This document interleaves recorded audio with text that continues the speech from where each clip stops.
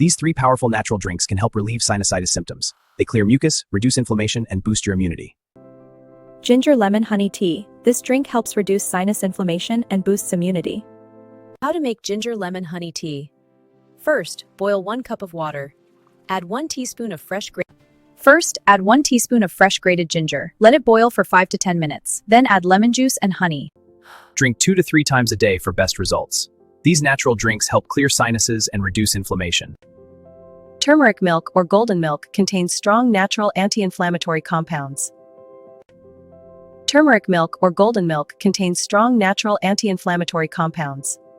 Here are 3 powerful natural drinks to relieve sinusitis symptoms. To make turmeric golden milk, heat 1 cup of milk and add half a teaspoon of turmeric. Add a pinch of black pepper to the golden milk to help absorption. Adding honey is optional. Drink once at night before bed. Garlic has natural antibacterial properties that can help fight infection. Try this garlic soup drink to help clear your sinuses. Thank you for watching. Subscribe to my channel for more natural health tips.